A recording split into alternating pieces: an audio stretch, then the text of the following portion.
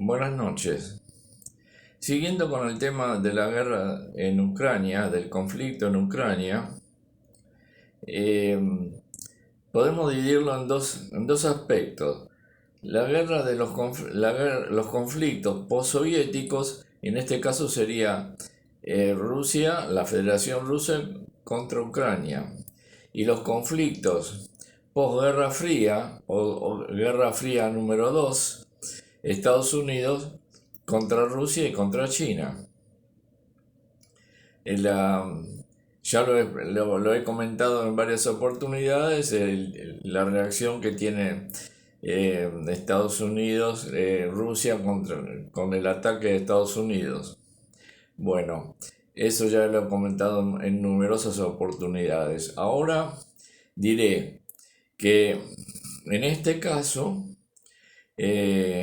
la guerra es híbrida en el sentido, desde el punto de vista de la comunicación. Eh, o sea, abarca una guerra en aspectos convencionales y aspectos no convencionales. El aspecto no convencional es el aspecto de mediático y diplomático, económico y militar. En este caso voy a hacer una breve correlación de fuerzas con respecto a la situación económica. Estados Unidos tiene un ingreso per cápita de $60.000 por año. Rusia tiene un ingreso per cápita a paridad de compra de 26.000, $27.000 por año. Y Ucrania tiene un ingreso también a paridad de compra de $12.000 por año. Para los que vivimos en el hemisferio sur, tiene el mismo ingreso que Paraguay y que Cuba. Ahora bien, el Gini de Estados Unidos es alrededor de 0,45, la desigualdad es muy grande. En Rusia tienen alrededor del 37, 0,37. Y en Ucrania 0,25, 26, 27. Lo que implica que, bueno, la desigualdad es menor en el sentido que son todos de poco nivel adquisitivo. Pero Ucrania es un país gobernado por varios clanes, varias bandas, y posteriormente a la implosión de la Unión Soviética, no prosperó. El hecho está que tiene un ingreso de 12.000 per cápita y Rusia alrededor de los 27.000. Hay países que eran del Pacto de Varsovia que tienen ingresos superiores a los $30.000 por año. Esto nos da una idea de la disparidad económica y también la disparidad de fuerzas. Eh, Estados Unidos ataca a través de la OTAN a Rusia, no hay duda de eso. Y todo esto desembocó en este conflicto, que se viene postergando desde el 2014, pero es un conflicto que no estuvo nunca bien resuelto. Y en esta oportunidad, Putin, el presidente de Rusia, quiso darle un corte final. Podría haber ayudado a las repúblicas que Rusia reconoció, lo que significaba seguir con el statu quo militar, o sea, ampliar las líneas y hacer una guerra de desgaste. E intentó hacer lo que ellos llaman una intervención especial militar en Ucrania, en el resto del mundo, el resto del mundo, en Occidente y en las Naciones Unidas también en la Asamblea lo consideran como una invasión.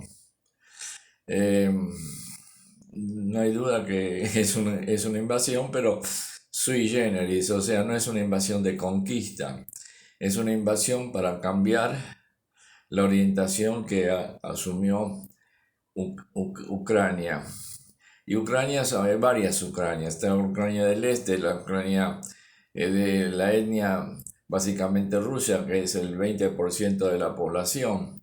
Y el otro 80% de la población está dividido también en Ucrania central y Ucrania del Este. En Ucrania del Este tienen gran influencia de Hungría y de Polonia, Rumania también. Y en, Ucrania central ya es más eh, eslava, y en realidad toda Ucrania es eslava, pero con esas aclaraciones. Y Ucrania, que está dividida por el río Dnieper, que la atraviesa a través en forma oblicua, y ahí podemos separar toda la Ucrania del este, la Ucrania de que la mayoría, o sea, en Ucrania hablan el 85% hablan ruso. Hay un 15% que hablan solamente ucraniano. Y en la Ucrania rusa, de etnia rusa y que habla ruso, es de Dnieper hacia el lado de la frontera con Rusia, que es la parte industrial, la parte donde está la metalurgia, donde está también la industria extractiva del carbón, donde están las grandes industrias que habían del tiempo de la Unión Soviética, entre ellos la fábrica de aviones de Kharkov. Y del otro lado del Dnieper, yendo hacia el lado de Polonia, está la ciudad de Lviv, con esa gran influencia de tipo tirando a los europeos, a la Europa central, que es Hungría y Polonia. Ahora, dicho esto, este tipo de pequeñas aclaraciones, vemos que la intervención de Rusia lleva ya 3 semanas. Probablemente en los planes de ellos sería haber conseguido algo de manera más rápida. Sin embargo, no hay duda que con las diferencias poderosas económicas y militares, Rusia se puede llegar a imponer. No va a ocupar toda Ucrania, por supuesto que no, porque estamos hablando de grandes extensiones. Ucrania es como, tiene más superficie que Francia, el doble de superficie que Alemania, pero tiene las tierras fértiles. Ucrania es muy apetecible. Los rusos la invadieron en la Segunda Guerra Mundial para llegar al petróleo del Caspio, pero no solamente eso, para extraer todas las riquezas de Ucrania, especialmente todos los alimentos, la materia prima, etcétera. Hasta llegaron a llevarse tierra negra, porque la famosa tierra negra de las planicies ucranianas. La trasladó a Alemania. Y esto no hace 200 años, esto fue hace 80 años. Ahora,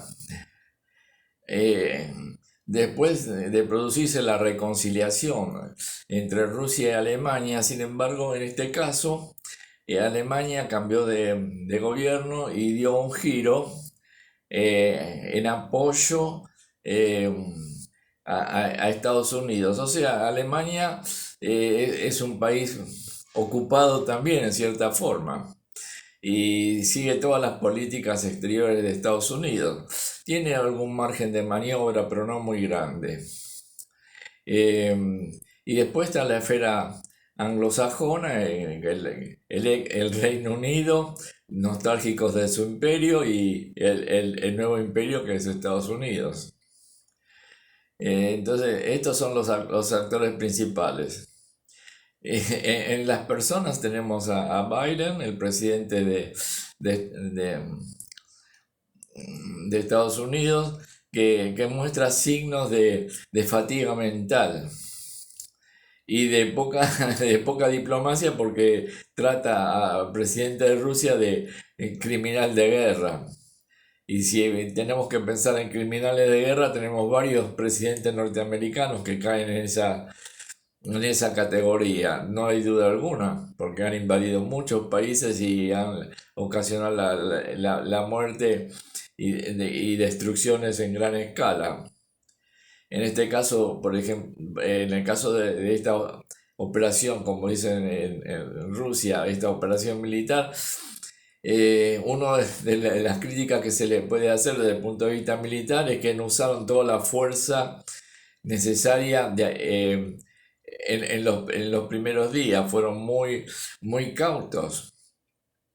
Entonces el ataque militar es contra fuerzas, todavía no es contrapotencial, que puede ya verse que se puede realizar. Cuando digo potenciales, todos la- eh, los puntos estratégicos, puentes, carreteras, vías férreas, industrias, eso es potencial.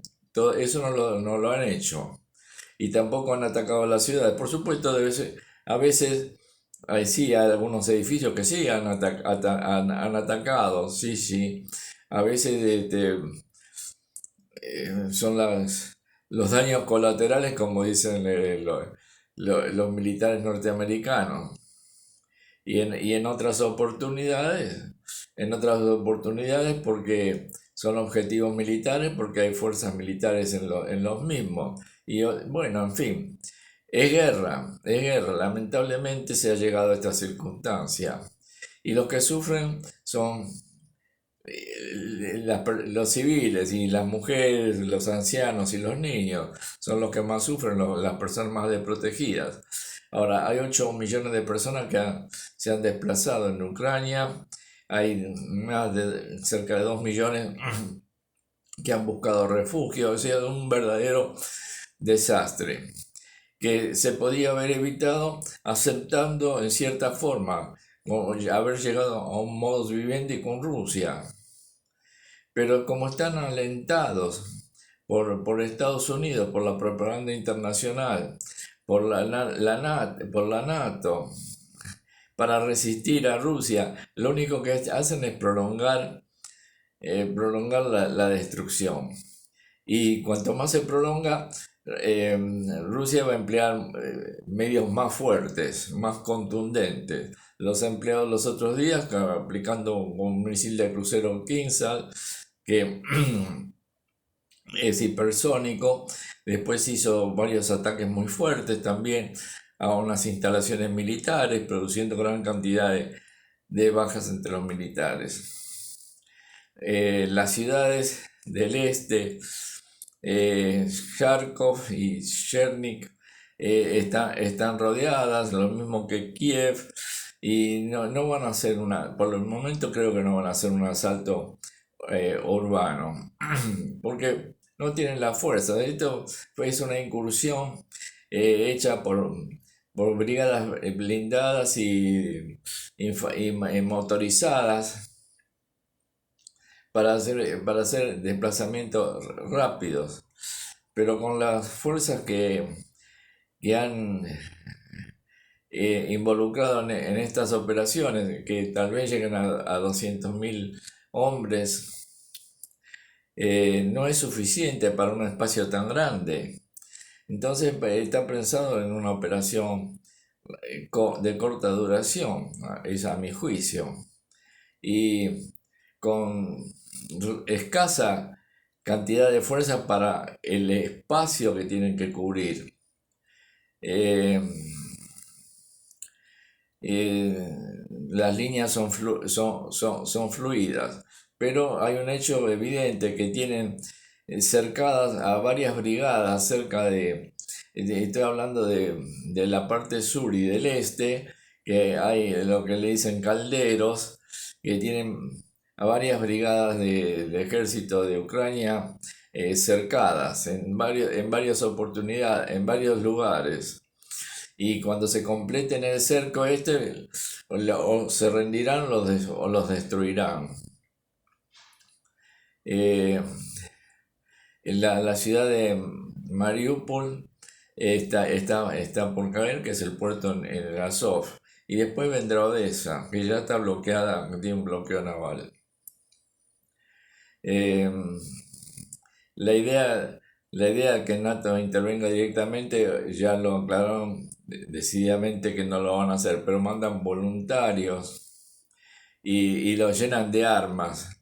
Y todo esto aumenta la agonía del pueblo ucraniano, porque prolongar este conflicto es inútil. La solución va a ser política y la solución seguramente las condiciones la impondrá Rusia.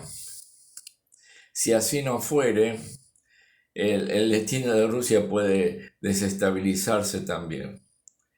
Eh, tendrán que intensificar las acciones militares y, y dar una conclusión rápida a esto. Todavía la Fuerza Aérea no se ha involucrado. A mi juicio, es posible de que del Dnieper hacia el lado de Rusia esa parte quede controlada por las fuerzas rusas, y del Dnieper hacia el oeste no creo que vayan a entrar porque es extenderse demasiado, pero pueden empezar a utilizar contrafuerzas y contrapotencial, todo el potencial de fuego de la Fuerza Aérea y de las fuerzas estratégicas que incluyen los misiles.